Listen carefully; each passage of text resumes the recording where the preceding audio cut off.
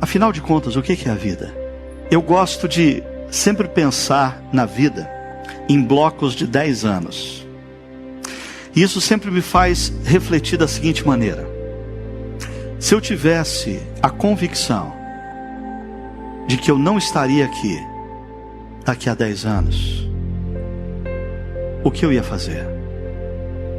Se um médico dissesse para mim: olha, é certeza, você tem 10 anos, você vai continuar fazendo as coisas que você faz? A sua agenda vai continuar sendo a mesma? Você vai continuar gastando tanto tempo em coisas supérfluas? Às vezes, a vida sepulta mais do que a própria morte.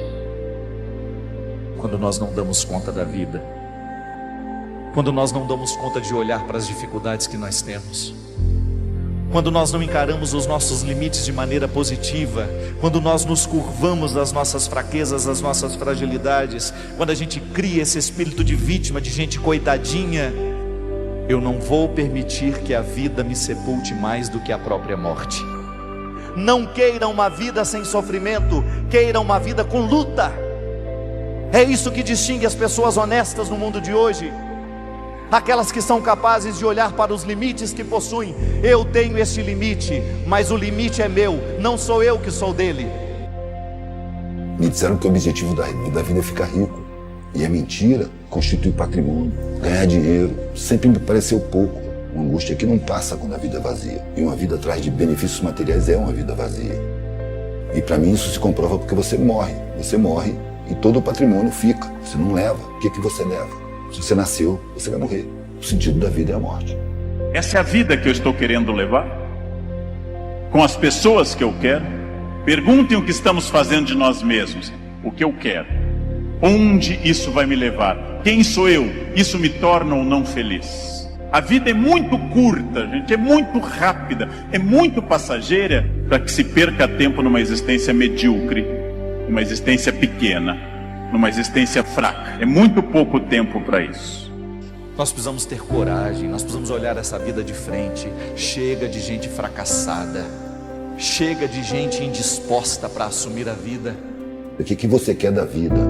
Eu respondi: tudo que eu puder levar, porque dinheiro, conforto, consideração social, privilégio, para mim é pouco. Eu queria mais do que isso. O que era que eu queria eu não sabia bem, mas eu queria ter satisfação da vida. Eu não tinha, eu não sei o que eu quero da vida, mas eu estou aprendendo o que eu não quero. Eu não vou ver o mundo justo, mas eu trabalho por um mundo justo.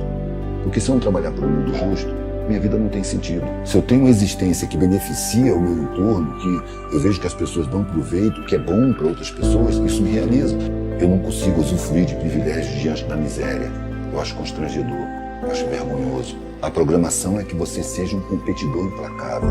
E isso não só o modelo de ensino, é sobretudo a mídia comercial, que se infiltra em cada casa, usando psicologia do inconsciente para criar valores falsos, materiais, superficiais, para criar desejos de consumo compulsivos. E as pessoas, atrás dessas necessidades artificiais e materiais, esquecem de satisfazer suas necessidades internas e imateriais. Não é à toa que se toma tonelada de antidepressivo todo dia, porque as vidas são deprimentes quando são focadas só no material. Steve Jobs diz assim: lembrar que estarei morto em breve é a ferramenta mais importante que já encontrei para me ajudar a tomar grandes decisões. Porque quase tudo, expectativas externas, orgulho, medo de passar vergonha ou falhar, caem diante da morte, deixando apenas o que é mais importante. O problema não é o dinheiro, o problema não é a matéria, o problema é a ambição, o problema é o egoísmo, o problema é a ânsia, o problema é a necessidade de ser melhor do que os outros, uma necessidade implantada, artificial. Se você se contentar em usar só o que você precisa, você está tendo um comportamento evolutivo. O problema é quando você começa a achar que precisa mais do que você realmente precisa. Se o sentimento estivesse no primeiro plano, a sociedade seria outra. Desce daí que você não é capaz de comandar. Quem vai comandar é o sentimento. Seja honesto com a vida que você está escrevendo. Seja honesto com os medos que você sente. Seja honesto com aquilo que verdadeiramente merece o seu empenho. Seja honesto com aquilo que verdadeiramente merece a sua atenção.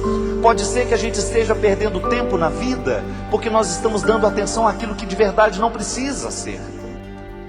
O ser humano, individualizado em suas próprias buscas, perde a consciência de sua identidade.